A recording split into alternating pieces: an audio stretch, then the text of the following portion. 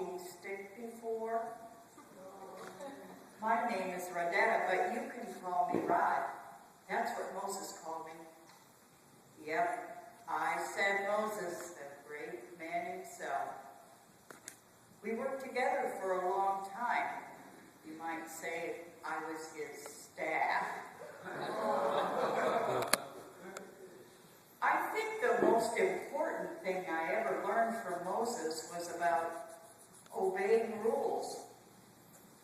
I know humans don't like to think about that much, about rules, I mean.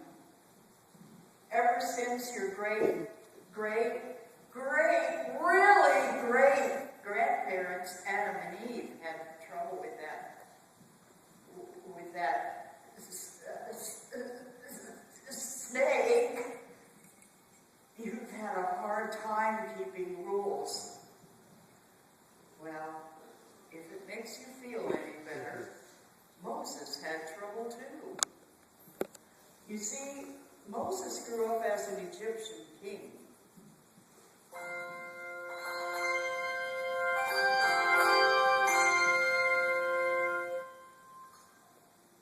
But one day, he made a foolish choice and broke a big-time Egyptian law. Uh-oh.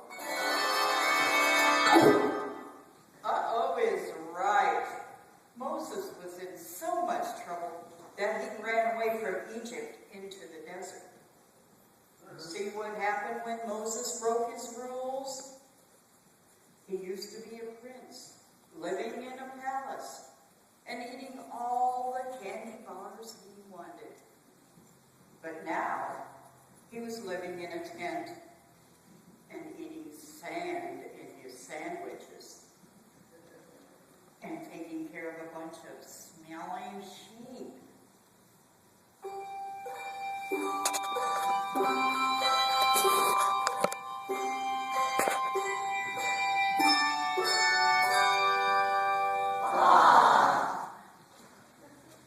I'm sorry to have to say it, but sheep are really dumb. They'll go wandering off if you don't watch out. One day, Moses and I were up on Mount Sinai when all of a sudden, we were looking for the silly sheep named Petunia. And all of a sudden, we came around a big rock and saw a bush on fire. It was very strange. The fire was blazing hot, but the bush didn't burn up at all. Then a voice spoke from the bush. It was the voice of God. Moses, take your shoes off, for you are standing on holy ground.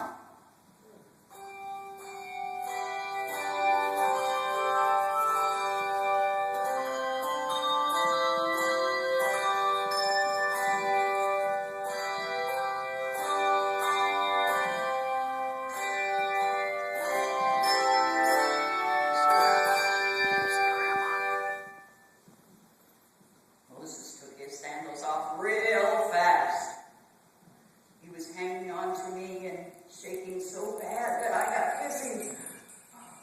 God spoke again and told Moses to go back to Egypt and bring all his Hebrew family and friends to Mount Sinai for church. Well, this news really stressed Moses out. It made me nervous too.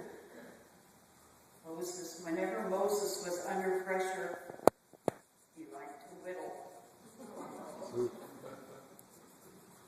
Honestly, if God talked to you out of a burning bush, wouldn't you just say, "Yes, sir," and do what he told you to do? Not Moses. Oh, no. He made all these excuses why he couldn't obey God. And that's when it happened.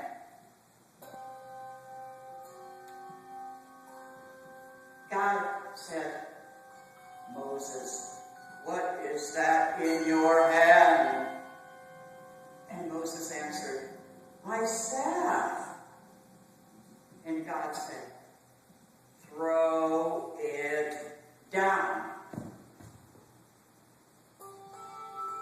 Oh.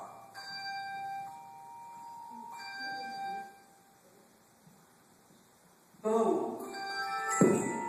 I hit the ground and all my insides turned to jello. My body was twisting and turning, and my tongue was a slippery thing that was going two ways at once. I was a snake. Oh, I looked up for Moses, but he was running the other way. I tried to catch up to him, but he wouldn't let me near him. Finally, God said, "Pick the snake up by the tail."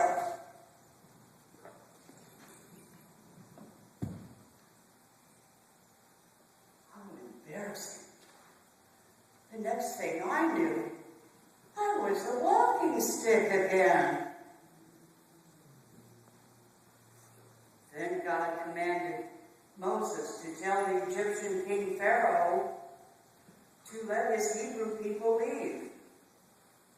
And if Pharaoh wouldn't let them go, then Moses was to do the snake trick all over again. Oh, I got to thinking, why did I have to suffer when someone else was breaking God's commandment? But that's the way it is. When we break the rules, when we break God's rules, we hurt others as well as ourselves. What happened next is a long story, but I'll try to make it short. Moses went back to Egypt and told the Hebrew people to come with him to Mount Sinai for church. They said, "Okay." And Pharaoh said, "No way." And God said, "You'll pay." 10 times Pharaoh disobeyed. And each time God sent a plague. That's something really gross, like frogs everywhere, and grasshoppers in your orange juice. And you don't want to know the rest. And I ended up doing the snake thing not once, but twice.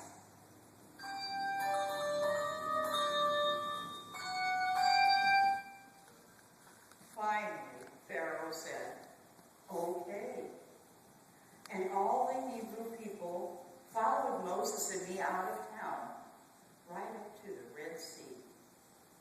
But that Pharaoh turned out to be as dumb as a sheep. He changed his mind and started chasing the Hebrews with his army. Then the coolest thing happened. God sent a strong wind and opened up a street right through the middle of that Red Sea.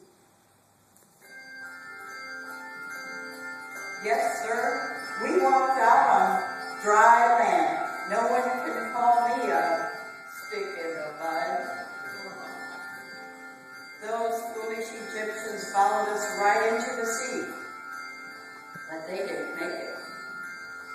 When the last Hebrew got through to the other side, the water came crashing down on Pharaoh and his army. After a good long hike, we reached Mount Sinai. All the people gathered around the bottom of the mountain to worship.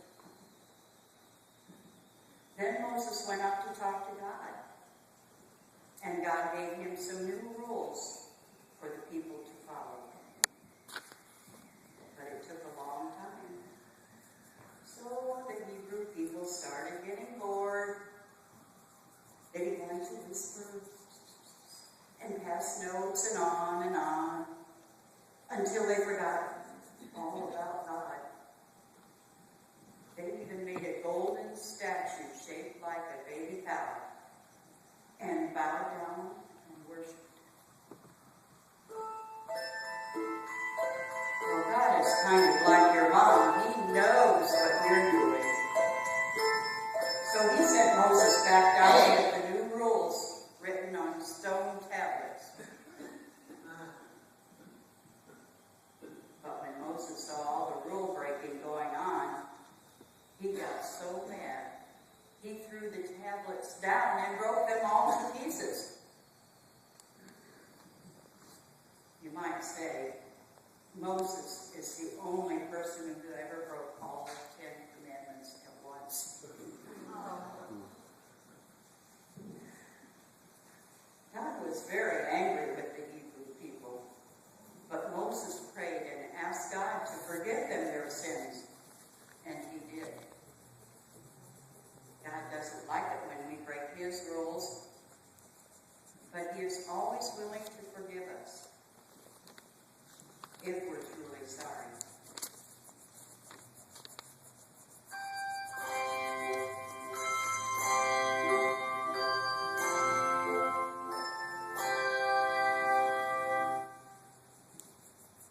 God took Moses back up on the mountain and wrote down all the rules again. We call these rules the 10 Commandments, and here they are. 1. Don't worship anybody or anything but God. 2. Don't make any statues or idols to worship.